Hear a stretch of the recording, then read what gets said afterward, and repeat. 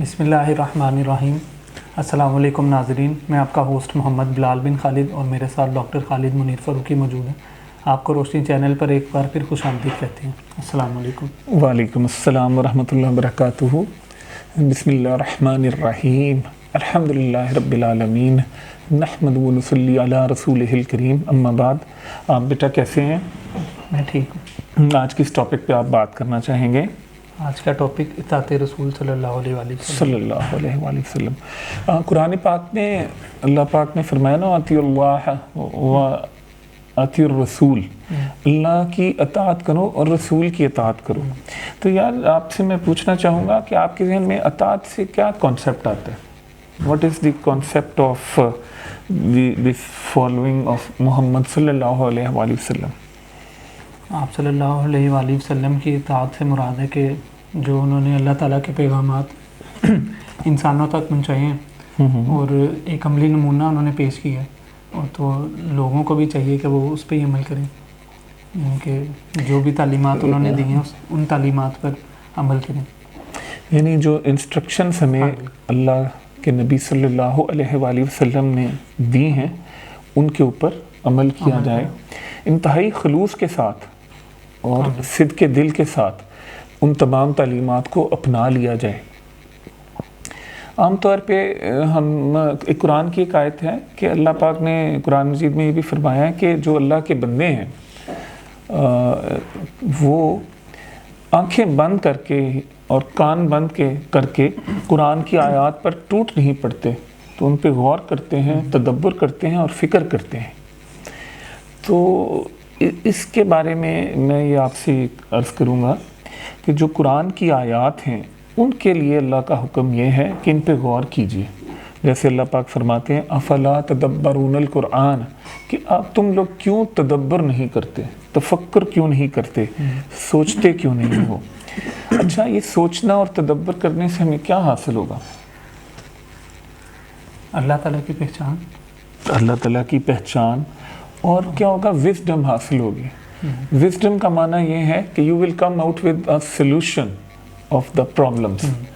جو بڑے بڑے پرابلمس ہیں ان کا سلوشن چٹکی بجاتے میں آپ کے ہاتھ میں ہوگا، اگر آپ قرآنی آیات پہ غور فکر اور تدبر کریں گے۔ اگر آپ جب تدبر کریں گے تو آپ کو ایک فہم حاصل ہوگا، اسے ہم کہیں گے فہم القرآن۔ اور فہم القرآن وہ کنجی ہے جس سے آپ ہر مشکل کا دروازہ آسانی سے کھول سکتے ہیں۔ اطاعت کے بارے میں لوگ سمجھتے ہیں کہ ہم نے انسٹرکشنز کو فالو کرنا ہے، اور اس کے فالو کرنے کے لیے ہمیں بہت سارے علوم سیکھنے پڑیں گے۔ تو اس کی مثال میں آپ کو دینا چاہوں گا کہ ایک بہت بڑے بادشاہ گزرے ہیں افغانستان کے، غزنی شہر ہے، وہاں وہ پیدا ہوئے، اور وہاں ان کا جو وہ دارالحکومت تھا، دارالسلطنت تھا، وہ غزنی میں تھا، اور ان کا نام تھا سلطان محمود غزنوی۔ آپ ان کو جانتے ہیں؟ ہاں جی، ان کے بارے میں، جنہوں نے ہندوستان میں توحید کا کلمہ بلند کیا اور ضرب کاری سے بت پرستی کے تمام علامتوں کو خاک میں ملا دیا۔ ان کا ایک غلام تھا جو کہ پنجاب کا حکمران بھی تھا اور گورنر تھا پنجاب کا، اس کا نام ایاز تھا۔ تو جو سلطان محمود غزنوی کے بیٹے تھے وہ اس بات کو بڑی حسد کی نگاہ سے دیکھتے تھے کہ سلطان محمود ایاز کے اوپر بہت زیادہ اعتماد کرتے تھے، بہت زیادہ بھروسہ کرتے تھے۔ جب بھی کوئی کٹھن مرحلہ ہوتا تو سب سے پہلے ایاز کو بلا کے اس سے مشاورت کرتے، اور جو مہم بہت اہم ہوتی اس کے اوپر ایاز کو ہی سردار مقرر کرتے۔ تو اس وجہ سے بچے جو سلطان محمود کے شہزادے تھے وہ یہ سمجھتے تھے کہ ہمارے ابا جان ہم سے کم محبت کرتے ہیں اور ایاز سے زیادہ محبت کرتے ہیں، اور ایک دن ان سے برداشت نہ ہوا تو وہ انہوں نے اپنے ابا جان کے حضور بات یہ کہہ دی۔ دل کی بات ہے، جب دل میں آ جائے تو زبان پہ آنے سے وہ رکتی نہیں، تو انہوں نے کہہ دی کہ بابا جان آپ بہت زیادہ ان کو نا ویٹیج دیتے ہیں، اور ہمیں لگتا ہے کہ اس سے ہماری توہین ہوتی ہے، آپ ہم سے مشورہ نہیں کرتے، آپ ان سے مشورہ کرتے ہیں۔ تو محمود غزنوی نے کہا کہ بیٹا جو ایاز میں بات ہے نا وہ تم لوگوں میں نہیں ہے، وہ چیز جو مجھے درکار ہے وہ اس میں ہے، وہ تم میں نہیں ہے۔ انہوں نے کہا کہ ہماری جان بھی آپ کی خدمت میں حاضر ہے، آپ حکم کریں۔ میں کہا میں کسی دن ثابت کروں گا، وہ بات آپ سے کروں گا، آپ کو پتہ چلے گا کہ یاس کی قدر و منزلت میری نظر میں اور میری نگاہ میں اس قدر زیادہ کیوں ہے۔ تو ایک دن باپ بیٹا یعنی بادشاہ سلطان محمود غزنوی، ان کے شہزادے بھی ساتھ تھے اور ایاز بھی ساتھ تھا، سامنے ایک تالاب آ گیا۔ تو انہوں نے محمود غزنوی نے اپنے بچوں کو کہا کہ اس میں چھلانگ لگاؤ، کپڑوں سمیت اس میں چھلانگ لگاؤ اور تیرتے ہوئے باہر جاؤ، دوسرے کنارے سے نکلو، لیکن اس طرح سے جانا ہے کہ آپ کے کپڑے خشک ہوں۔ کیسا حکم ہے بابا حضور، یہ میں چھلانگ بھی لگاؤں گا اور تیروں گا بھی اور باہر نکلوں اور کپڑے بھی میرے خشک ہوں، تو ایسا تو ناممکن ہے، آپ یہ کیسی بات کر رہے ہیں؟ اوکے، وہ کہا اوکے ویری گڈ، ایاز آپ تالاب میں چھلانگ لگاؤ اور تیرتے ہوئے باہر جاؤ، اور جب میں باہر آؤں تو تمہارے کپڑے خشک ہونے چاہیے۔ ایاز نے کہا لبیک، چھلانگ لگائی، تیرتا ہوا گیا، پار نکلا، کپڑے بھیگے ہوئے تھے، ظاہر ہے بھیگے ہوں گے۔ تو انہوں نے کہا کہ میرا حکم کیا تھا؟ میرا حکم یہ تھا کہ کپڑے خشک ہوں۔ ایاز نے کہا میری غلطی ہے آقا، میں دوبارہ کوشش کرتا ہوں، دوبارہ گیا، دوبارہ چھلانگ لگائی، پھر آیا۔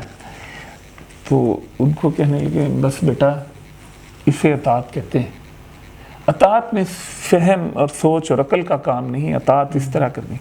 ہمیں ایک اور واقعہ ہے ان کا، دربار لگا ہوا تھا، ایاز اور موجود تھے، سلطان محمود غزنوی بھی، تو سامان جتنا بھی سامان سامنے آتا، کچھ تحائف آئے اور جو مال غنیمت آیا اس میں ایک بہت بڑا قیمتی بیش قیمت بڑا سا ہیرا تھا۔ تو سلطان محمود غزنوی نے دربار میں بچوں کو کہا یار اس ہیرے کو زمین پہ مار کے توڑ دو، پاش پاش کر دو۔ پہلے وزیر کو کہا، اس نے معافی مانگ لی، حضور مجھ سے نہ کروائیے، بہت بڑا نقصان ہو جائے گا۔ بچوں کو کہا، انہوں نے کہا نہیں بادشاہ سلامت۔ انہوں نے ایاز کو کہا ایاز آؤ، یہ ہیرا پکڑو اور اس کو فرش پہ مارو، توڑو۔ ایاز نے پکڑا اور ٹھا مارا، اسی وقت توڑ دیا۔ پھر بادشاہ سلامت نے بتایا کہ بیٹا یہ اطاعت ہے۔ اب نبی پاک صلی اللہ علیہ وسلم کے حکم میں بھی ہمیں بیٹا یہ اطاعت چاہیے، اس میں غور و فکر کی ضرورت ہے۔ قرآن پہ غور کرتے رہیے، نئی منزلیں پاتے جائیے۔ اب نبی صلی اللہ علیہ وسلم کی اطاعت ایسی کرنی ہے جیسے ایاز نے کر کے دکھائی ہے، وہ مثال کے طور پہ آپ کو دے رہا ہوں۔ ان کی اطاعت ایسی کرنی ہے جیسے حضرت ابو بکر صدیق نے کی ہے، ان کی اطاعت آپ نے ایسی کرنی ہے جیسے حضرت عمر رضی اللہ تعالیٰ عنہ نے کی ہے، کی اطاعت ایسی کرنی ہے جیسے حضرت عثمان نے کی ہے، جیسے علی شیر خدا نے کی ہے، جیسے حمزہ نے کی، اس طرح سے بیٹا۔ تو یہ چھوٹی سی بات تھی، میں نے کہا کہ آپ کو بھی بتا دوں، آپ کے توسط سے میں اپنے ناظرین سے بھی شیئر کر لوں۔ تو انشاءاللہ ایک اگلی ویڈیو کے ساتھ پھر ملیں گے۔ آج تک کے لیے اتنا ہی، شکریہ۔ السلام علیکم ورحمۃ اللہ وبرکاتہ۔